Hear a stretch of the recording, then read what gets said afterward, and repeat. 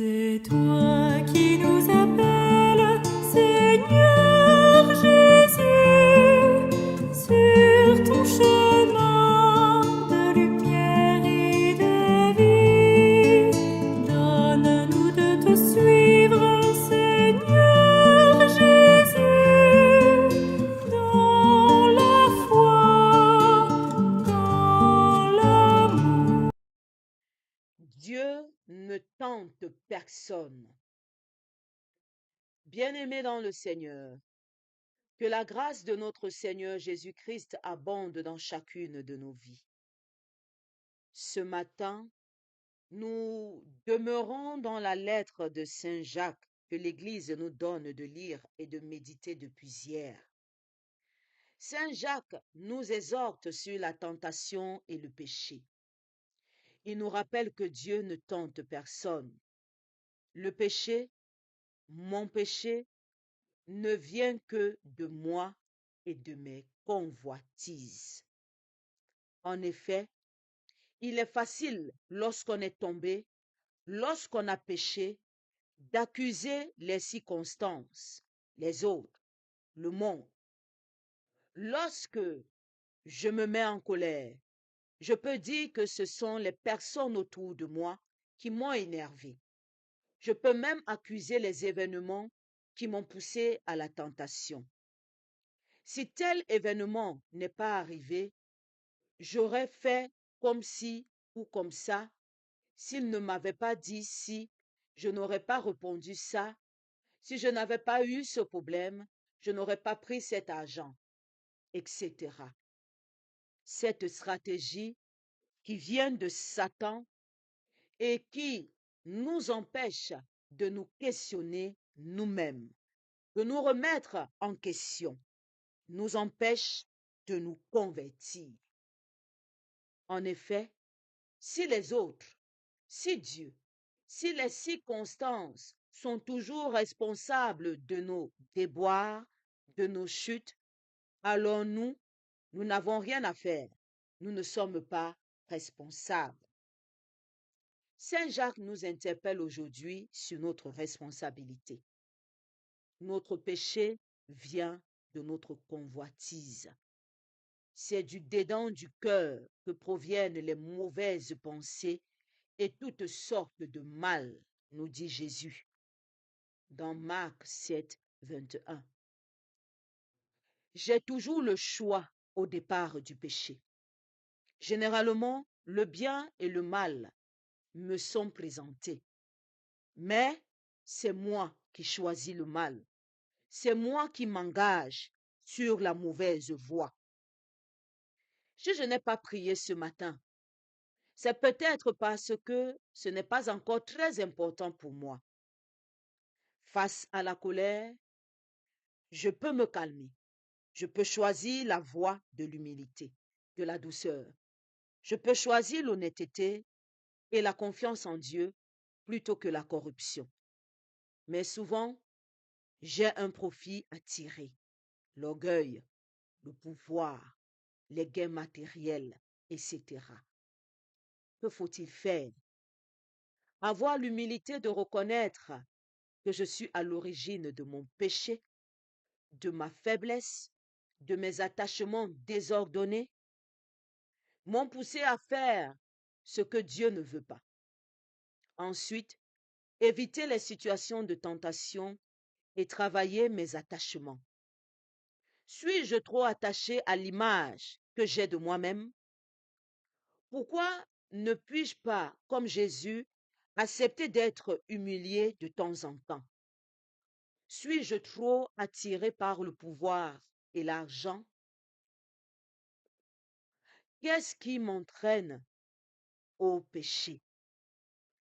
C'est en faisant un vrai examen de conscience que nous pourrons vraiment nous éloigner du mal pour nous attacher au bien. Prions. Seigneur, accorde-nous la grâce de reconnaître notre péché et nos propensions au mal. Donne-nous l'honnêteté de porter la responsabilité de nos actes afin de pouvoir réellement nous convertir. toi qui vis et règnes pour les siècles des siècles. Amen. Loué soit Jésus-Christ à jamais. Le Seigneur dit ce matin que si tu n'arrives pas à prier, c'est de ta faute à toi. Si tu n'arrives pas à résister à la colère, c'est de ta faute à toi. Si tu n'arrives pas à t'éloigner du mensonge, de la calomnie, des critiques, c'est la faute à toi-même. Il a mis devant toi deux chemins, la vie ou la mort. Toi-même, tu choisis délibérément la mort. Très souvent, pour assouvir nos besoins, nos désirs désordonnés.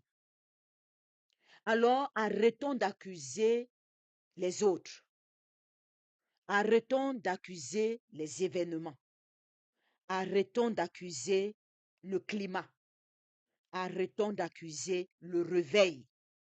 Arrêtons d'accuser les autres. Seigneur, je n'ai pas pu faire ceci à cause de. Non, c'est à cause de toi-même. Il faut dire, c'est à cause de moi-même que je n'ai pas pu prier. N'accuse pas le sommeil n'a rien fait. N'accuse pas les événements qu'il y a autour de toi, ils n'ont rien fait.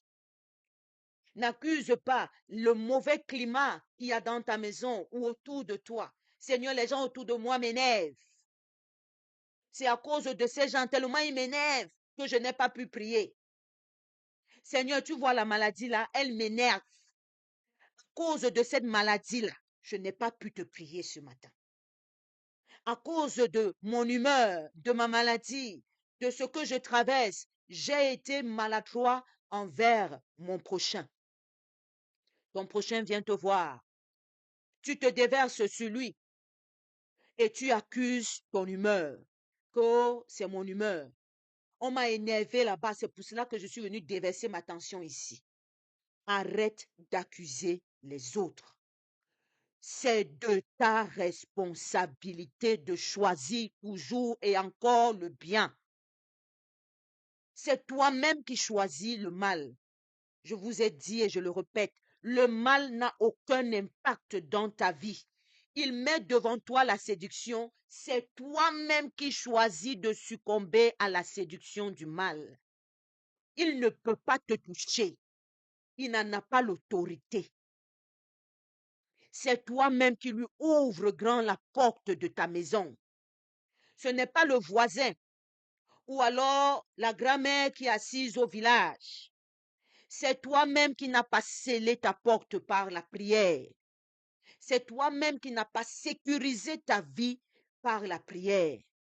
Tu as laissé le champ libre au mal de transformer ta vie en un terrain de ping-pong. Arrête de l'accuser parce qu'il n'a rien fait. C'est à cause de toi et de toi seul.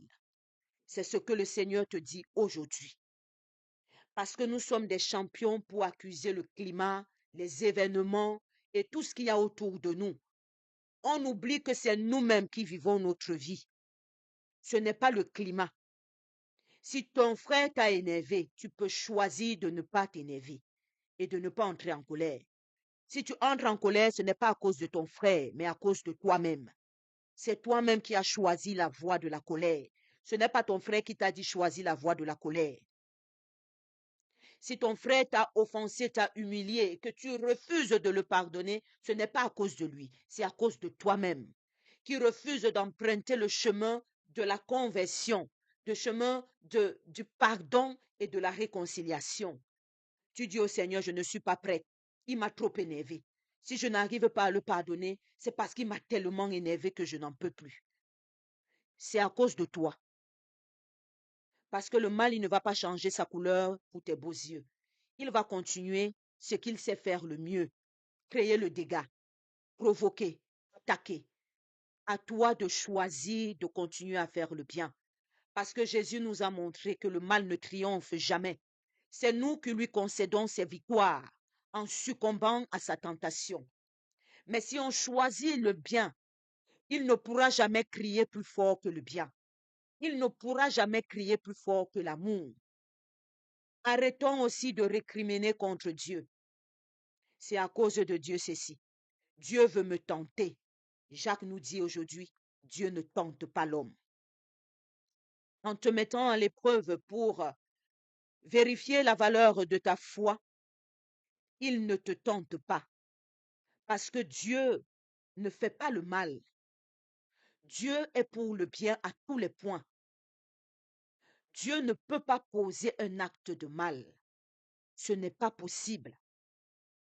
Alors arrêtons de l'accuser, de nous tenter. Très souvent, on le dit dans un abus de langage. Nous ne devons pas le dire. Dieu ne tente pas l'homme. Il ne peut pas mettre le mal dans ta vie. C'est toi-même qui te plonges tête et mains liées dans le mal. Il te donne les solutions pour que le mal ne t'engloutisse pas et n'engendre pas la mort dans ta vie. Il te donne les moyens pour que tu n'aies plus à regarder au mal, mais que tu changes ton regard pour le poser sur le Christ qui est miséricorde, pour que le mal n'engendre pas la mort dans ta vie, mais pour que tu demeures dans la vie avec le Christ. Donc, nous ne devons plus dire que Dieu nous tente. Il ne tente pas l'homme. Dans l'évangile de ce jour, on voit Jésus avec ses disciples qui sont en train de parler du manque de pain. Sûrement, ils sont en train de s'accuser. C'est à cause de toi. Regarde, maintenant, on n'a qu'un pain. Qui va manger, qui ne va pas manger? On a bien dit qu'il fallait prendre. Nous sommes combien? Nous sommes 12. Pourquoi tu n'as pas pris 12 pains? Tu es aussi désordonné. Est-ce que c'est de ma faute? C'est moi qui suis responsable? C'est à cause de tel. C'est à cause de tel. Non, c'est pas de ma faute. C'est parce qu'on était fatigué. Non, c'est parce que on cherche à gauche et à droite. On court dans tous les sens. Jésus lui dit, mais attendez, vous ne comprenez toujours pas? Jésus te suffit. Vers quoi tu cours, Jésus l'a en abondance. Le peu que tu lui donnes, il le multiplie. Il n'a pas besoin que tu lui donnes beaucoup. Donne-lui le peu que tu as. Lui va se charger de multiplier cela. Et il a fait ses preuves en le rappelant à ses disciples. J'ai multiplié 5 pains. Vous avez ramassé combien de corbeilles?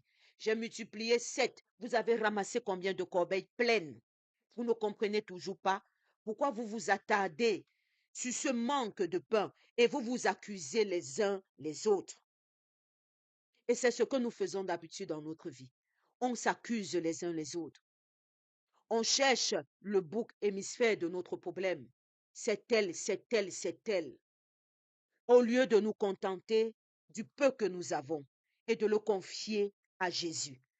Parce que Jésus est celui-là qui multiplie le peu que tu as et te donne cela en abondance, au point où tu ne manques de rien. Rien ne te manque. En ce matin, veille d'entrer en carême. Demain, tu recevras les cendres. Convertissez-vous et croyez à l'évangile. Tu vas entamer ton chemin de conversion, de pénitence. Regarde dans le désert de ton cœur et mets le doigt sur ce qui obscurcit ta vie. Mets le doigt sur ce qui te pousse au péché et te rend faible devant la tentation et offre cela à Jésus. Arrête d'accuser les autres. Donne à Jésus tes résistances. Donne-lui tes peurs. Donne-lui tes doutes. Dis-lui, Seigneur, voilà mes doutes. Voilà mes résistances. Voilà mes angoisses. Voilà tous mes péchés. Convertis cela.